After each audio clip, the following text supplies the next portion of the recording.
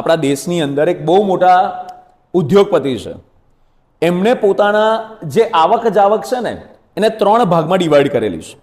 બહુ મોટી કંપની છે એમની. હવે એ વ્યક્તિને જે પણ આવક થાય ને એના 3 હિસ્સા કરે. આ બહુ જાણવા જેવું છે. આપણે પણ ક્યારેક જો યુઝ થઈ શકે તો આપણે આને લાઈફમાં ઇમ્પ્લિમેન્ટ કરી શકાય.